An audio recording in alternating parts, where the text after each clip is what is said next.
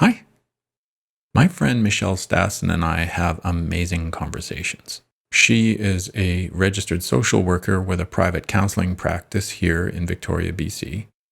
And I decided to have her on this show and talk about what we usually talk about, which is pretty much everything with a focus on the way that our minds work and all the crazy manifestations of our inner dialogues. What ended up happening is we spoke for almost 2 hours, and I decided to split this podcast into two parts. So without further ado, here is part one of my conversation with Michelle Stassen. What was it like for you growing up? What was childhood like for Michelle? Like your early days, your family days? That's a good question. When I reflect back on my childhood, it all seems aggressively normal. That's how I would describe my childhood. And that's my first thought is I am the youngest of three kids. My parents were together up until I went to my undergrad. So I grew up in a nuclear family in the suburbs north of Toronto, and it was all very normal. I was in quite a bit of extracurricular stuff through my late elementary and high school. I did choir, I did acting, I did dance for a little while, and it all seemed fine. In retrospect, I think what it was also like for me is that I was a very highly sensitive and emotional person in a great family who also maybe were not the most emotionally adept. Good, able to feel emotions, not always so able to talk about it. My mom struggled a lot with depression while I was growing up, which I didn't always understand. But I do now, as an adult, understand that a lot of the time she was sleeping all day or playing computer games all day, struggling to kind of get herself up and moving. And for a good chunk of time, my dad, kind of through my late elementary and into high school, my dad worked in Montreal 4 days a week. So we didn't see him a lot during the week. So there's little snippets of things that as I've gotten older, I've learned, okay, logistically, everything was good. From an emotional standpoint, maybe it wasn't always so comfortable for me. Later in life, I've also started to realize, whoa, my dad has a lot of anxiety. And that's something I was probably dealing with growing up too, and I didn't even realize. So over the years, I've learned that there's some complexity to how I grew up. It was a normal looking setup. There wasn't any major capital T traumas that I can kind of pinpoint my own issues to. It was just generally people who were raised in Christian European homes with parents themselves, my grandparents, who were not so great at communicating their own emotions and knowing how to handle sensitivity and vulnerability. So my parents did the best they could, but they didn't always meet my emotional needs. And I think that left me for much of my childhood and young adulthood seeing myself as a crybaby, oversensitive, too much for people, all that kind of stuff. That was your perception of yourself? Yes. Yeah. Was anybody in your family putting that on you? Like, were they, calling you overly emotional? And I suspect people must have used the words sensitive and overly emotional. And I do remember in high school, it was kind of a loving running joke amongst people in my class around me being a crybaby and being quite emotional. And I was in on the joke and I laughed and was part of it too. But I don't recall any mean or intentionally harsh language being used to call me that. I think it was maybe more just how people around me didn't seem to respond with the same level of emotional intensity to situations. right. And how I tended to always be the one crying all the time. It's interesting because when you talk about having a dad that was away a lot and a mom who was struggling with depression, then as we know, working in mental health, the net effect to children, it was just very similar to children who grow up in families with addiction, is neglect. Yeah. And so when our parents are unavailable as kids, we have this thing where we can't help but interpret that as us being the problem. And I'm wondering, do you think that might be what started off your anxiety? Like, would that have been maybe one of the roots of Michelle becoming more anxious as a child? And that's a good question. And I think the root of anxiety for me must have started before that, because it was late elementary and into high school that my dad started working out of town. Mm-hmm. Whereas I was always quite a bit of an anxious child, even earlier than before that. Mm-hmm. Yeah. I remember at a young age having huge freakouts if, it seemed like there was a thunderstorm coming, or temper tantrums in public places because I was so scared about something. And I got a little bit of a rap with being like the family member who would have embarrassing meltdowns, and they were always anxiety related. Yeah. So it had to have started earlier than that.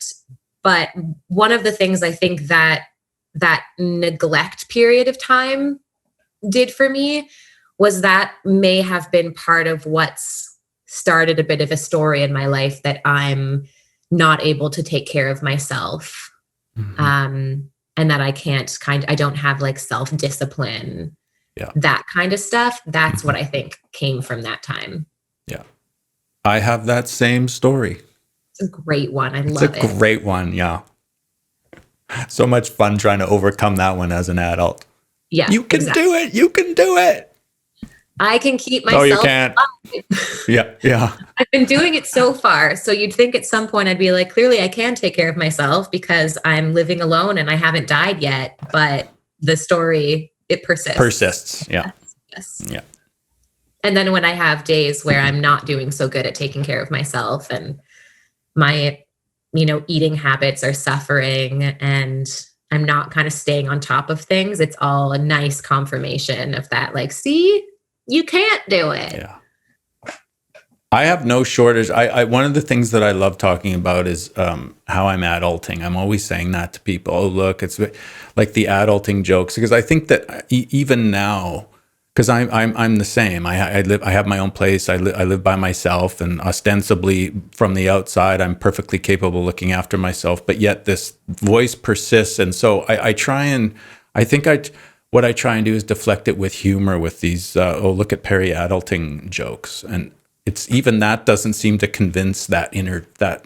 Is that the inner child? Do you think, is that what people term the inner child?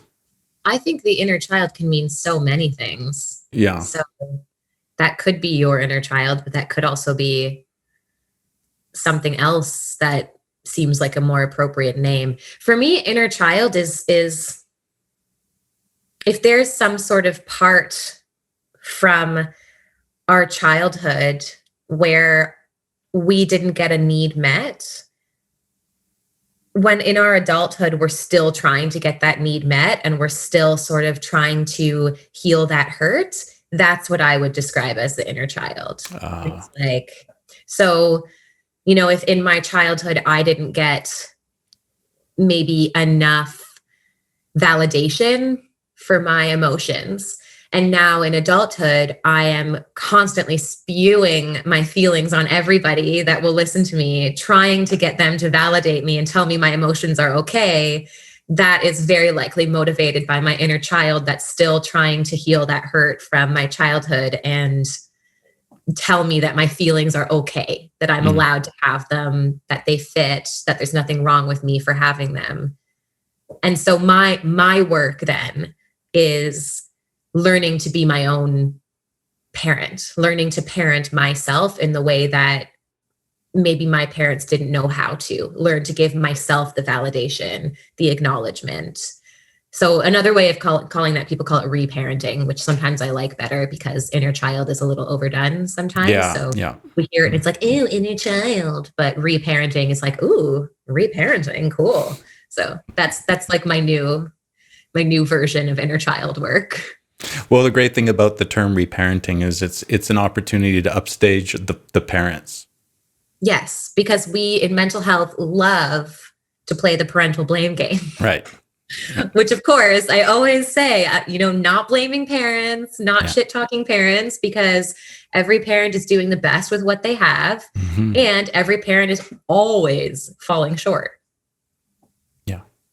If I'm a parent someday, I will definitely screw my children up. And that's just how it is. And they're going to have to reparent themselves. It's just a question of, can we screw up our children in new ways instead of repeating the old ones? I'm very optimistic, as you can tell.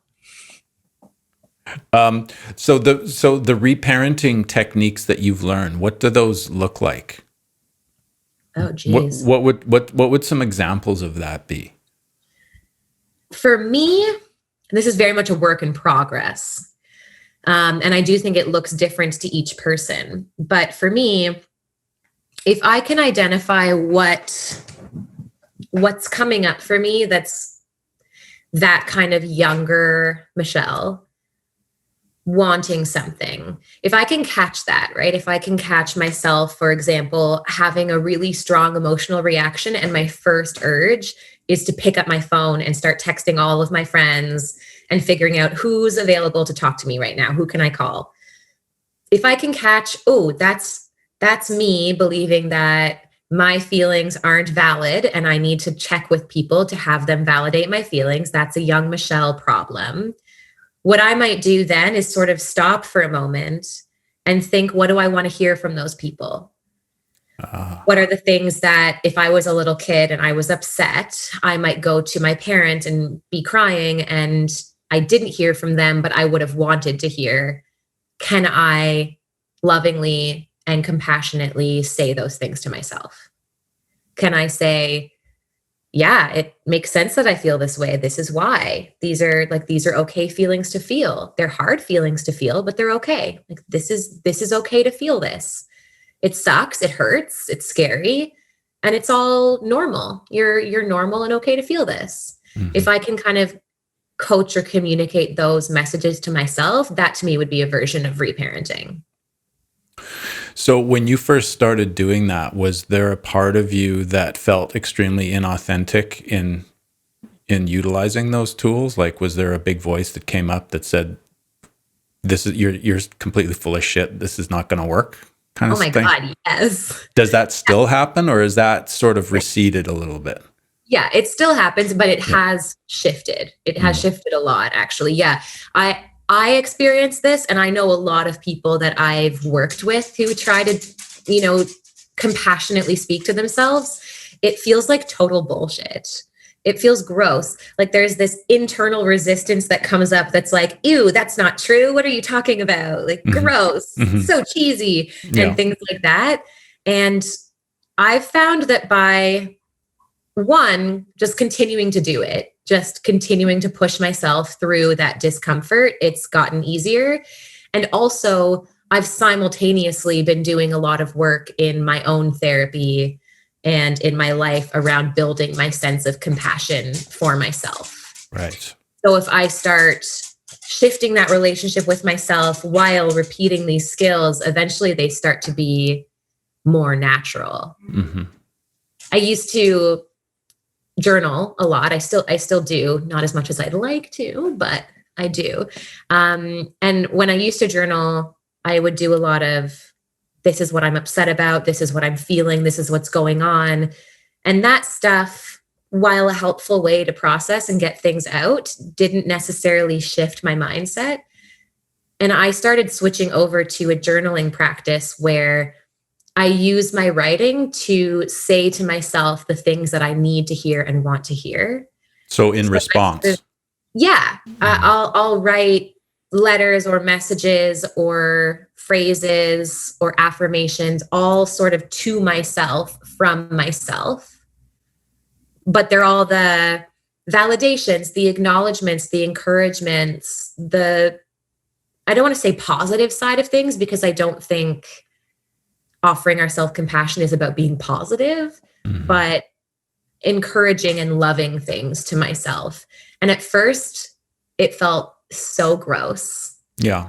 I could feel like my fingers clenching and my stomach going around in circles. Like, no, I can't even get the words out. I can't even write it. Saying, like, forget about saying something out loud. That would be impossible. And I used to read back over it and be like, oh, this is so gross. I hate it. Ew, this is so fake and cheesy and ugh. And I don't feel that way anymore. I love writing in that journal, and I could go back over it and read it, and it all feels real and authentic and true, which is a really cool shift. And it happened sort of slowly without me quite noticing it. And suddenly I was like, ooh, I don't feel repulsed by reading my own journaling anymore. So it's possible. There's that, so much of our society, there's this vernacular of self-affirmations being the brunt of so many jokes. And there's that Saturday Night Live skit with Dana Carvey, I'm a good person and everybody likes me. And I don't know if you've ever seen that. But anyway. Yeah. So yeah, I think that I think that self-care in like our perception of self-care is I'll speak from personal experience. One of the barriers for myself is in overcoming what I think other people would think of me if they could see me practicing self-care. Yes. And I don't know, maybe that's just my own inner critic, like manifesting itself by way of a bigger audience. But I know that when I first started practicing techniques of being more loving and compassionate with myself, somebody told me, stand in front of the mirror and tell yourself that you're okay and you love yourself. And I couldn't, and I remember that experience. I couldn't even look myself in the eyes in the mirror. I was in so much rejection of myself. I felt so shitty about myself. I couldn't even do that. And now, you know, when I talk to people about the net effect of doing this extremely uncomfortable work, I can honestly say that who Perry is somebody that I really like. I don't necessarily always love all sides of myself, and that same what you're saying is it's work in progress for me. But I know that there's no way I would have ever have gotten like had any shift if I hadn't have worked through the resistance of feeling so what you call that icky thing of like, you know, inform yourself in a healthier way, in a way maybe that you didn't get, which is nobody's fault. But yeah, it's that journey of moving through that resistance. Yes, exactly. Resistance is what I usually call it. And I also think that it's helpful to think about how resistance is our learned method of protection. Right. Because if I'm already struggling with not having a great relationship with myself and being, you know, mad or frustrated with myself for the things I can't do, then I can even just get more frustrated with my resistance, right? It's like there's this thing that I know will be healthy for me, but my body doesn't want me to do it. What's wrong with me? And it helps me to also remind myself that the reason I'm putting up this resistance is because at some point down the line, I learned that being hard on myself and not giving myself compassion was a way to protect myself. So maybe, you know, for me personally, I think somehow I learned that I have to work really hard to make myself enough for people, that I have to, you know, push myself to meet people's expectations or to be liked and loved by people. Which means if I start giving myself permission to be who I am, to have compassion and kindness for who I am, that protective part of me goes, well, what if people don't like that person? Right? Like if you let yourself off the hook and just let yourself be who you are and be okay with that, then what if we end up alone? So the Right. resistance goes, so keep hating yourself so Yeah. that you keep being motivated to change and be better so that people will love you. Ah, So I'm right. like, okay, so resistance trying to help me by keeping me in a not great relationship with myself. It makes no sense. The Hmm. resistance is like totally off, but it thinks it's helping. So it's like a dysfunctional motivational tool. Yeah. Yeah. Yeah. Yeah. It's like a dysfunctional protection mechanism. Hmm.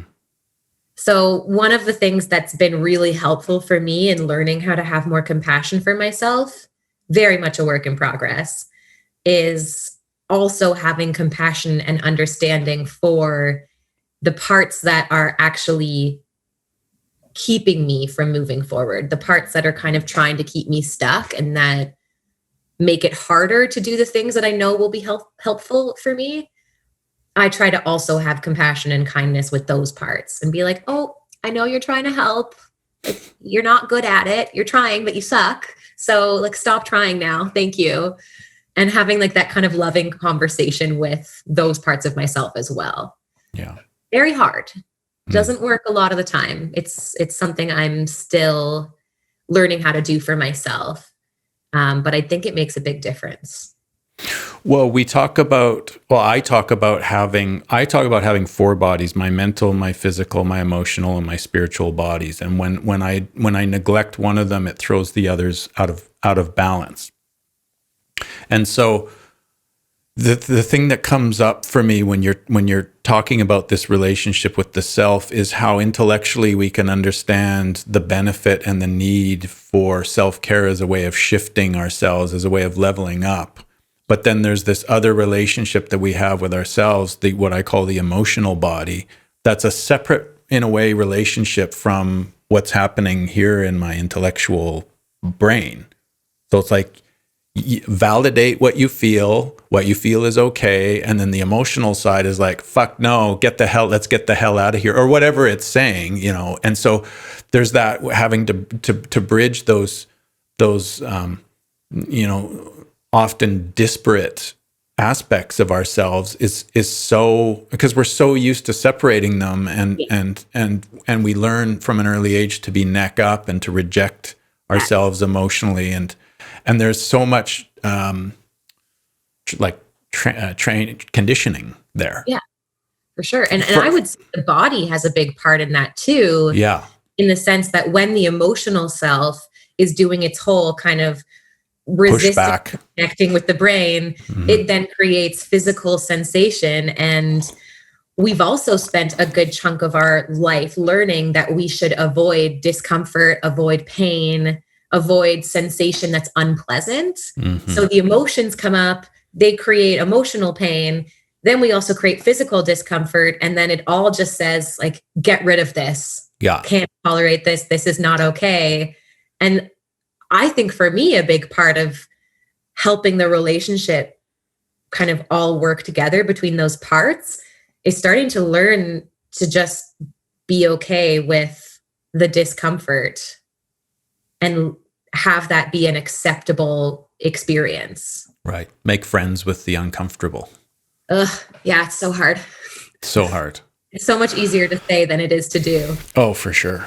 I mean, I still am I was thinking about that before we start our conversation, just about how much my brain is so conditioned to just what you say is to reject discomfort. And I will just latch on to, in a fit of desperation, anything to not have to to experience the discomfort. Oh, me too. Yeah. And I get creative with it too. It's like, let's eat ice cream and game. Oh, yeah. Yeah. Yeah. The more things that I can pile on to kind of fill my senses, the easier it is to detach from the discomfort that's often coming from mental processes, connecting to emotional processes, and then to my body. Right. So the more things that I'm thinking about in not so helpful ways, the more I'm finding ways to not be thinking for me, it's, food, TV, and games. Yeah. So I've been watching a lot of TV lately because things are hard out there. Right. This has been a very tough couple years for me, but especially the past year with global pandemic and big changes in my own life, and TV's become a really great way for me to just like numb out, not be present with my own thoughts. And one of the things I've been trying to do, even just this morning while I was getting ready to, head out the door, and I wanted to watch TV while I was getting ready, is I've been trying to keep it off, put some music on, and be like, I'm feeling uncomfortable. I'm having this discomfort. I'm feeling this pressure to want to put the TV on. I'm feeling lonely. I'm feeling anxious because all of my thoughts are starting to come up, and just name it and recognize it and be like, I can sit with this. Like, this is okay. I can dance along to this music instead and get through a couple hours of getting ready to leave the house without the TV on. And it's not fun.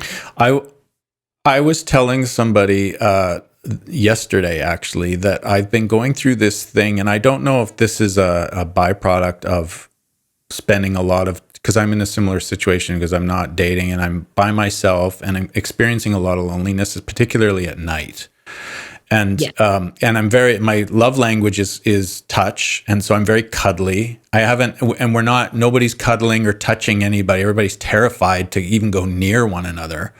And so there's a part of me that's been extremely, there's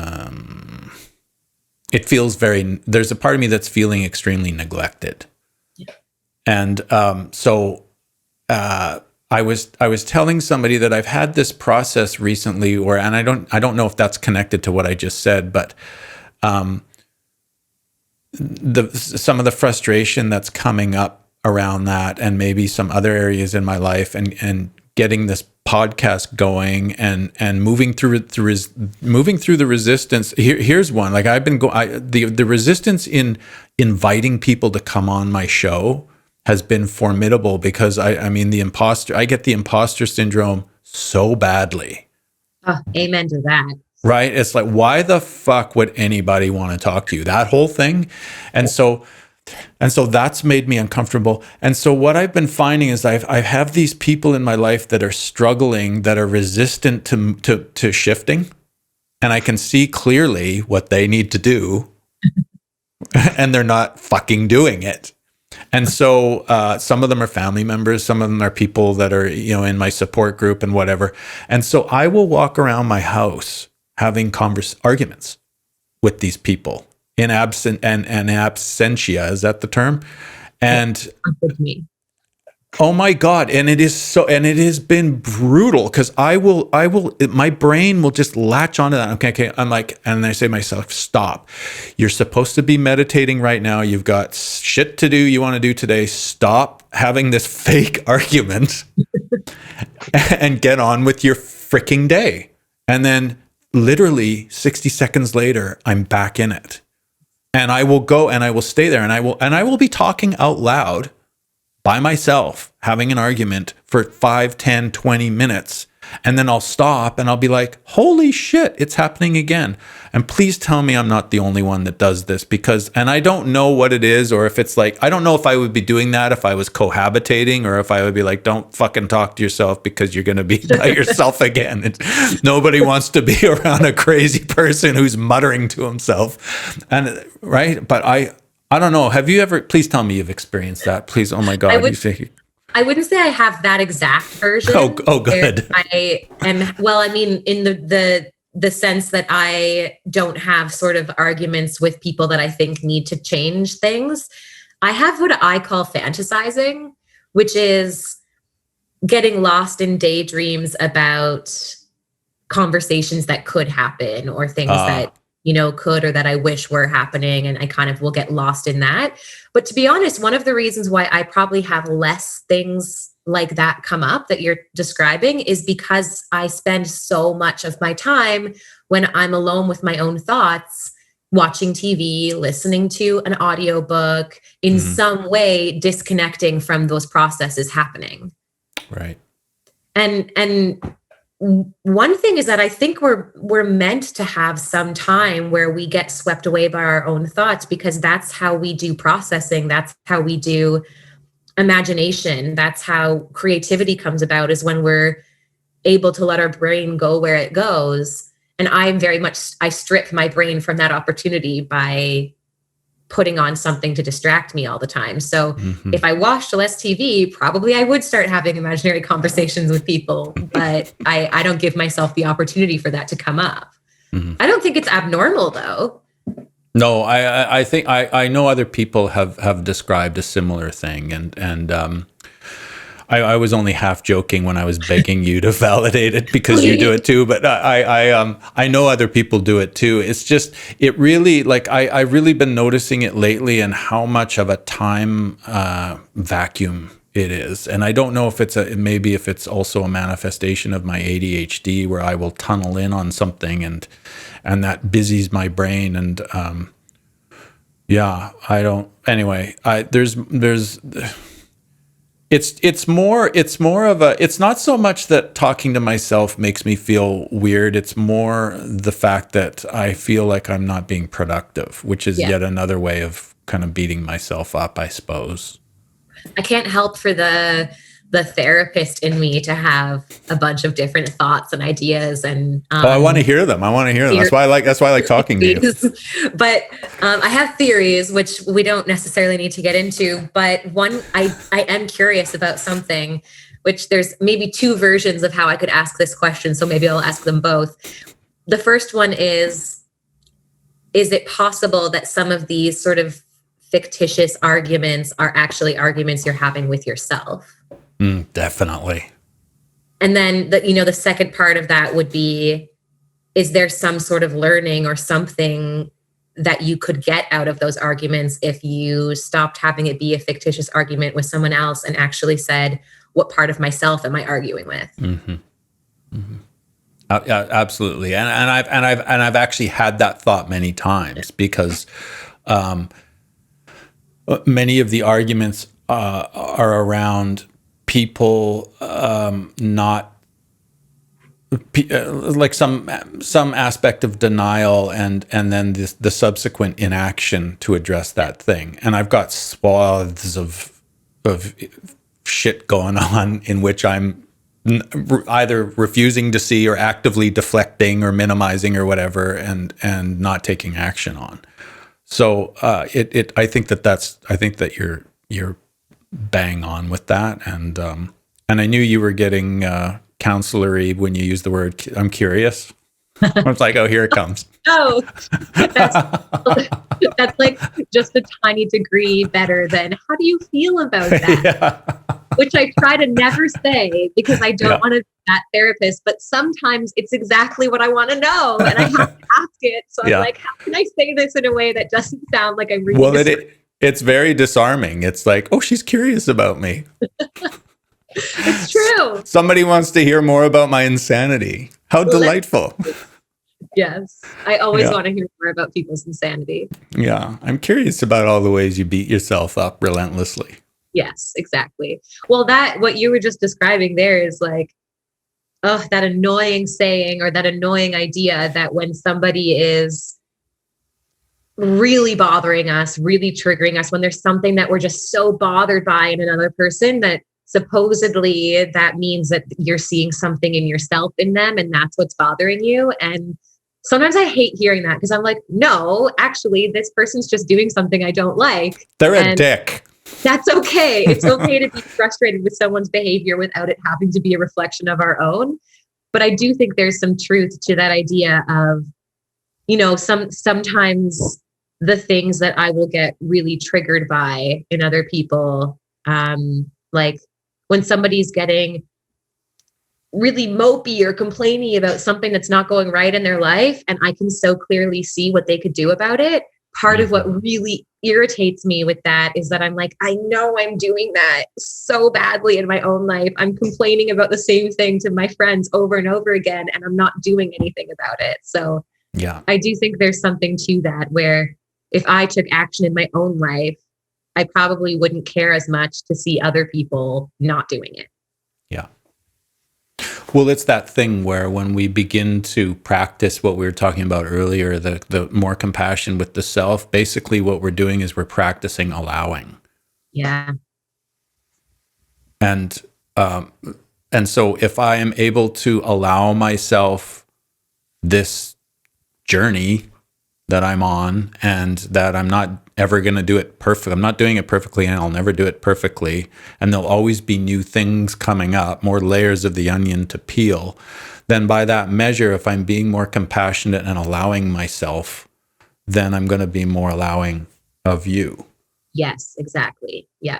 And so take your inventory less, because when you're talking about that, like, I think a lot about how one of my favorite things to do with all of my friends, and somehow they stayed my friends, but when they would be struggling, I would like stand them. I'd be like, yeah, you're in this situation because you're not loving yourself. If you loved yourself more and took more action, this shit wouldn't happen. And I'd stomp off all like feeling all, yeah. I mean, it was I just helped. Yeah. Yeah. Changing the world.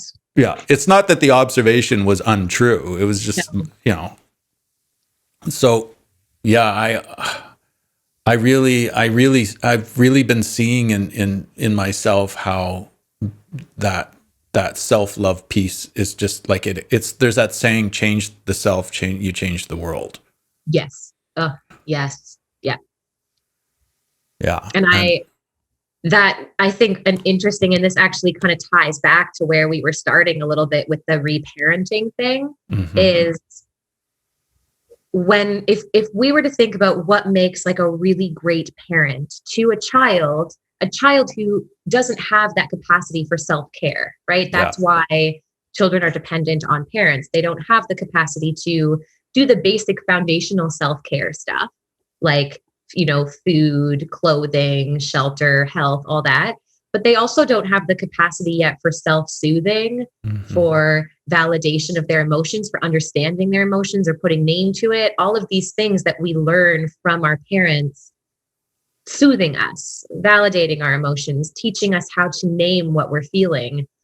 So it makes sense that part of that that way of modeling self-parenting in my life would involve me taking care of myself and learning to take care of myself. And for me, one half of that self-parenting is the compassion, the emotional validation, the gentleness, the soothing, all of that stuff.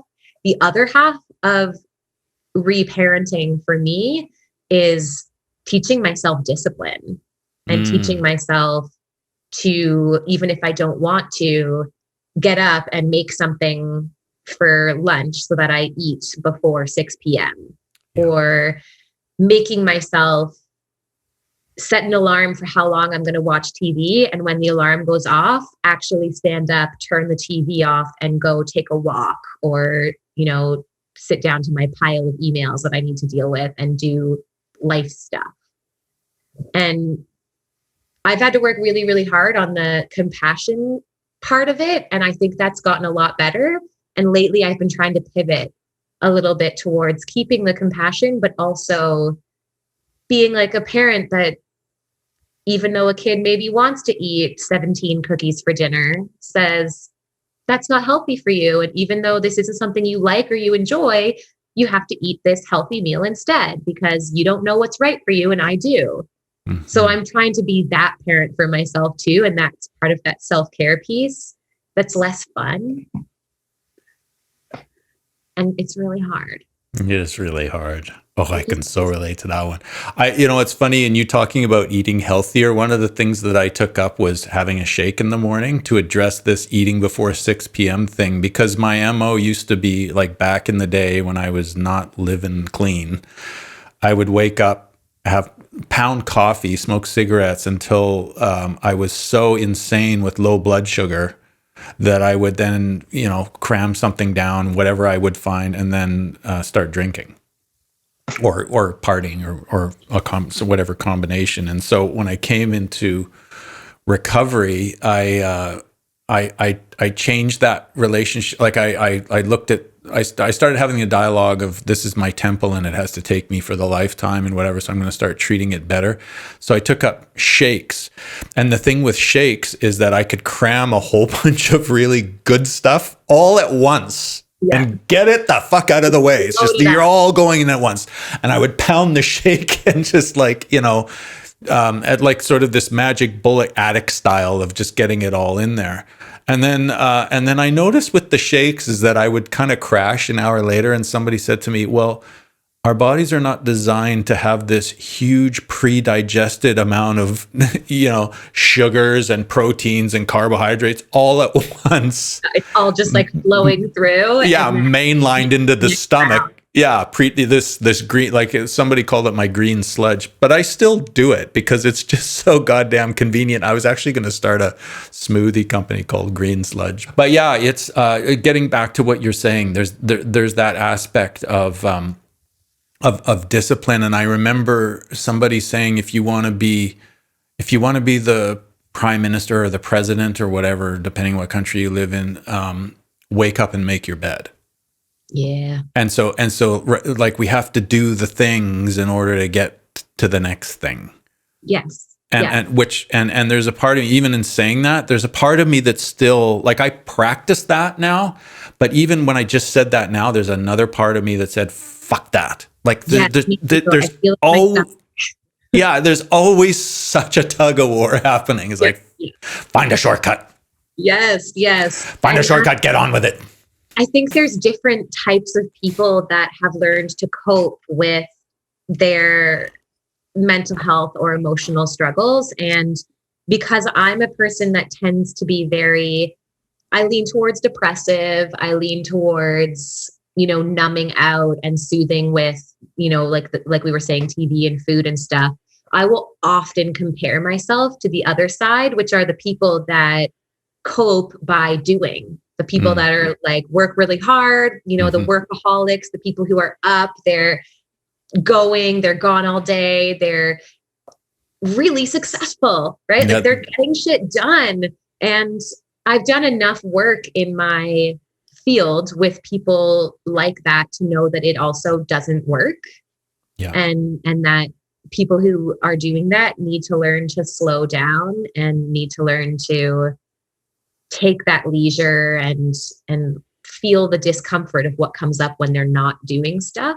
But it's really easy for me as somebody who veers towards the other side to be really jealous of people who've learned to cope like that, because I see a lot of potential in myself. I see a person who has like some great natural abilities and an opportunity to be really successful and make a difference in people's lives and to feel really good and excited about my life.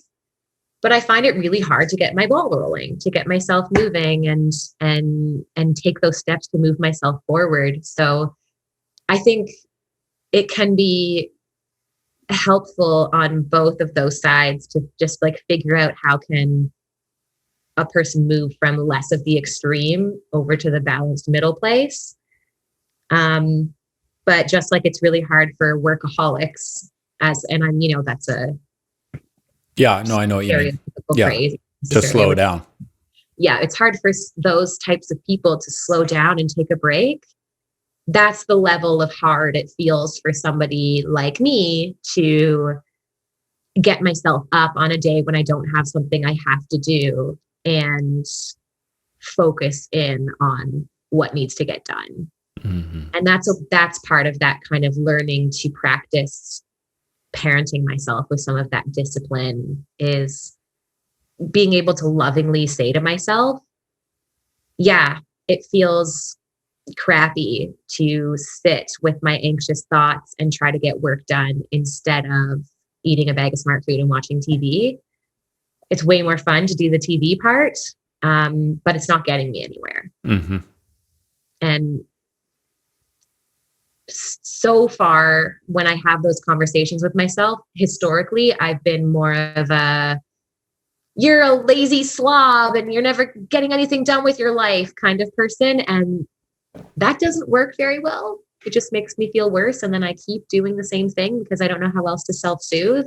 So starting to change that into a parenting model where it's not an abusive parent, but where I'm trying to be a kind, loving, and supportive parent. But I'm also trying to say, if you keep doing this, you're not going anywhere with your life and you want to go somewhere with your life. So get your ass up off the couch and go do something with Mm-hmm. all respect. And that's been better. Slightly.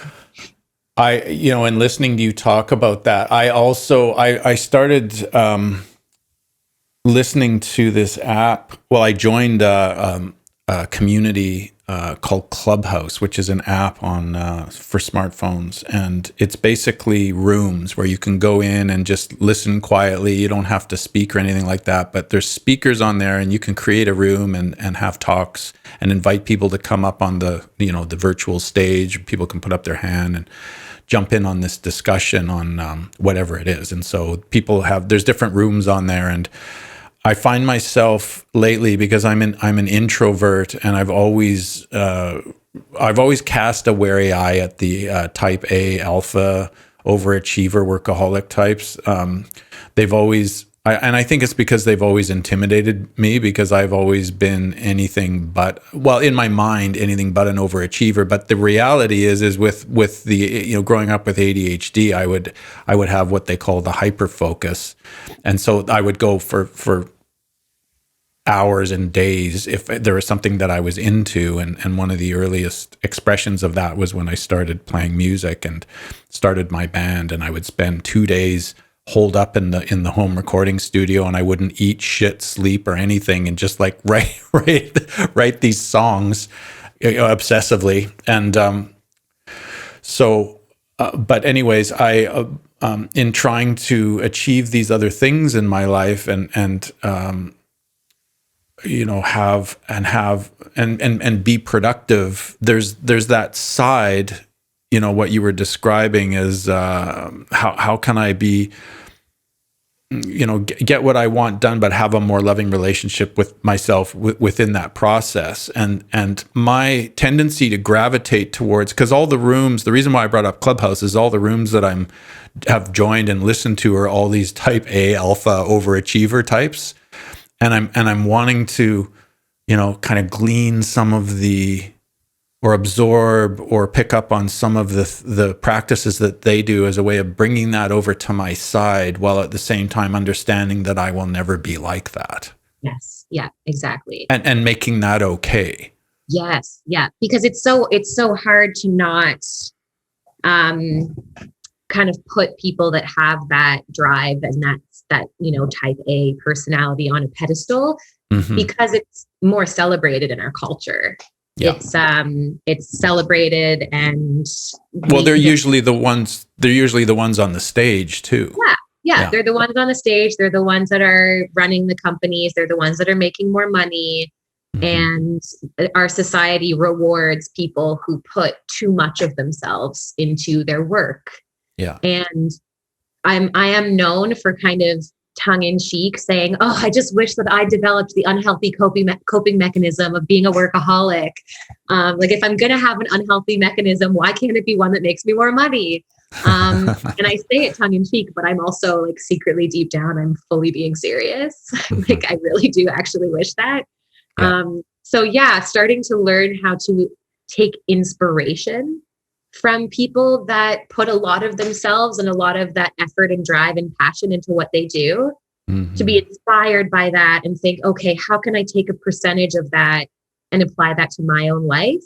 And just like you said, without expecting myself to ever be there or look like that, partially because there's no way I ever can. It's just not who I am. And also reminding myself, I don't want to actually have my life look like that. Yeah. Because it's not necessarily all that healthy either. No. Not only is it not healthy, but it's not who I am anyway. Like, I'm somebody that needs a lot. I wrote a post last year on how I'm beginning to understand the difference between solitude and isolation. Yeah. And one is isolation is a vain attempt at retreating in order to protect myself, and solitude is taking respite as a way of nurturing myself, and understanding where that line is, and being more.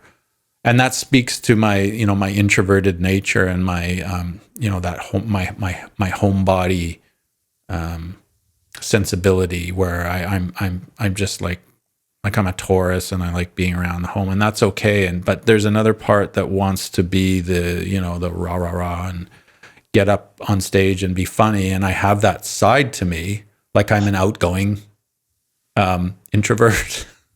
Or what's the other one? Somebody says, I remember one of the alpha speakers I was listening to, they were saying I'm an insecure extrovert or something like that. Oh, It was, it's like, and so I'm the corollary of that. Whatever the inverse is that because I have this side that can be very out. A secure introvert? I don't know. No? I don't know. That sounds, that could work. I'm definitely an insecure extrovert. That you just said, right. That is hitting home. That just that hit me where it hurts. Yeah. Yeah. No, totally. And that is something that I have to also come to terms with. And I think because I do have that very strong energy. I mean, for anybody, I say this with a grain of salt, but I'm gonna do it anyway. But for anybody who knows anything about astrology, I'm an Aries, and I have that like Aries energy, like the starter, the enthusiastic, like be a leader, get out there and start things. So in my mind, it's like a no-brainer that I should be able to go, like all of these go type people, because I do have that in me. Mm-hmm. But it's only one tiny little part of me. And there's all these other parts that are more complex and that need more downtime and more introvert time. And it's hard for me to acknowledge and be okay with those parts. And that's taken some time for me. It's taken years for me to learn that I'm actually quite introverted. I'm very much on that balance of almost right in the middle between the two. And I have to honor both sides. Yeah. And that means that I never will be somebody who can do the go all the time. No. It would be very destructive for me. Yeah. I would crash fairly quickly. You and me both, sister. And the other aspect to this too, now that I'm thinking about it and listening to you, is how, because we were comparing, because you're saying you consider yourself to be an introvert, and you sort of seemed a little bit puzzled by that, because I guess you're viewing me as an extrovert, but I really identify with being an introvert. But the reality is, one of the point that I'm getting to is that I think that we're on a continuum and we can oscillate. Yeah. And so then this is where the idea of labels can really break down. I mean, yes, it's important that I understand that I have addiction, but I no longer identify as an addict. If I go to a meeting, like if I'm sitting in a Narcotics Anonymous meeting, I'll put up my hand and say I'm an addict for the purposes of honoring what the fellowship is all about. And how we need to really break down our belief systems in order to get recovery. In the early days, we really need to get super honest about what is actually going on and what has been going on for most of our adult lives. And so that was an important step. But today, if I'm talking one-on-one, like in a conversation that we're having, I won't say I'm an addict. I'll say I have addiction, and it will, and I have tendency, because really it comes down to obsessive thinking, which leads to compulsive behavior, is how it will manifest for me. And in many ways, sort of what we've been talking about. And my brain will, like, again, it'll latch onto anything. And if I'm not doing well, it'll hang its hat on whatever mechanism to distract. So, but when I'm doing better and using my tools, I'm not in my addiction 24/7. I'm not extroverted 24/7, and I'm not introverted 24/7. Yeah, exactly. Nor am I depressed all the time. No, yes, exactly. And you're not anxious all the time. No, I lean towards generally having some sort of daily baseline of anxiety, but it's not like if I were to meet somebody, I'd be like, I'm an anxious person. I'm myself, and I have anxiety. And the same thing that I will lead to coping with the anxiety by being somewhat depressive, but I'm not a depressing person. No, not at all. Upbeat most of the time. And I think generally enjoyable to be around. But what that means more is that when I'm not taking good care of myself and things are feeling hard for me, I will lean towards a certain way of coping. Yeah. Yeah. And that's where the labels can be beneficial, because they can point us towards those paradigms of like, how can I cope when things are bad in this particular, not bad, in unmanageable in this particular way. Yeah, exactly. Yeah.